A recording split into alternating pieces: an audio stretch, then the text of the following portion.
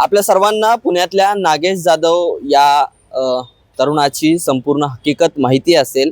पुण्यामधल्या कोथरूड भागामध्ये नागेश जाधव याला अमानुष पद्धतीने मारहाण झाली आणि त्याचं कारण होतं फक्त मुलीशी बोलणं। मुलीशी बोलण्याच्या कारणावरून मुलीच्या नातेवाईकांनी नागेशला अमानुष पद्धतीने मारहाण केली, त्याची निर्गुण हत्या करण्यात आली। खरं तर या संपूर्ण प्रकरण आता कोर्टामध्ये गेलेलं आहे आणि काल या प्रकरणावरती पहिली सुनावणी जी आहे ती पार पडलेली आहे। संबंधित प्रकरणामध्ये जवळपास 9 जणांना आरोपी करण्यात आलेला आहे आणि काही आरोपींचा शोध सध्या सुरू आहे। यामध्ये काल मेहरबान कोर्टासमोर ही संपूर्ण याचिका जी आहे ती पुणे जिल्हा सत्र न्यायालयासमोर दाखल करण्यात आली। काल नेमकं कोर्टात काय घडलं हे सगळी सविस्तर माहिती आपण समजून घेऊया। पीडित जो तरुण आहे नागेश जाधव याचे वकील ॲडव्होकेट तायडे अरविंद तायडे यांच्याकडनं ही सविस्तर माहिती आपण समजून घेऊया। दिनांक 14 मार्च 2026 रोजी वडारवाडी येथे राहणारा 23 वर्षीय नागेश जाधव यांचा एक 12 आरोपींनी संगनमत करून मॉब लिंचिंग करून खोट्या अफवेवर चुकीच्या माहितीवरती प्रेम प्रकरण आहे म्हणून त्याची खोट्या माहितीवरून एक मुलगी तिच्या ओळखीत असणाऱ्या एका मित्राला बोलवते, घरी बोलवते आणि घरी बोलवल्यानंतर तिचे आई वडील चुलते सगळे नातेवाईक एकूण 12 लोक मिळून त्या मुलाला जबर मारहाण करतात।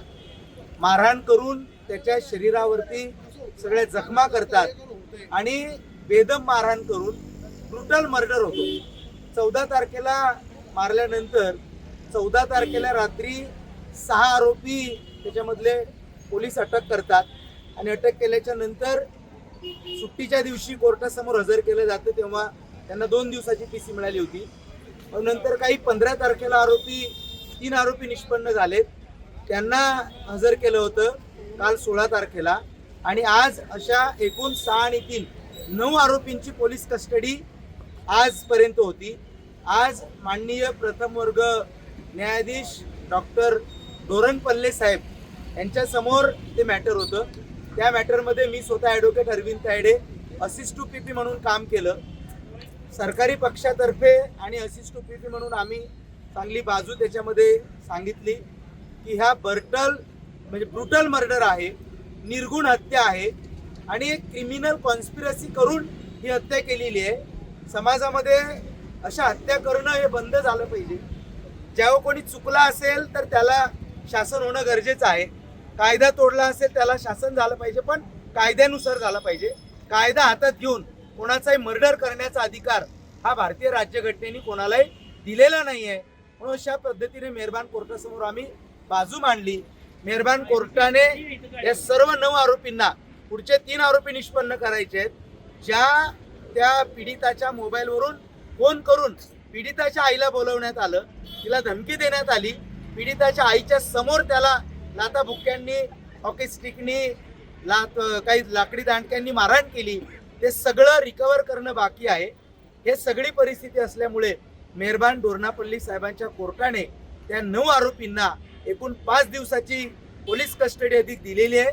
न्यायालयावरती आमचा विश्वास आहे। या सर्व 12 आरोपींना जोपर्यंत कठोरात कठोर शिक्षा होत नाही तोपर्यंत आम्ही सगळे या मातेच्या पाठीशी असणार आहोत आणि नागेश जाधवला जोपर्यंत न्याय मिळत नाही तोपर्यंत सगळे आम्ही या पाठीशी या मातेच्या असणार आहोत। त्याला कठोरातली कठोर त्या सर्व आरोपींना शिक्षा झाली पाहिजे अशी आमची भूमिका आहे।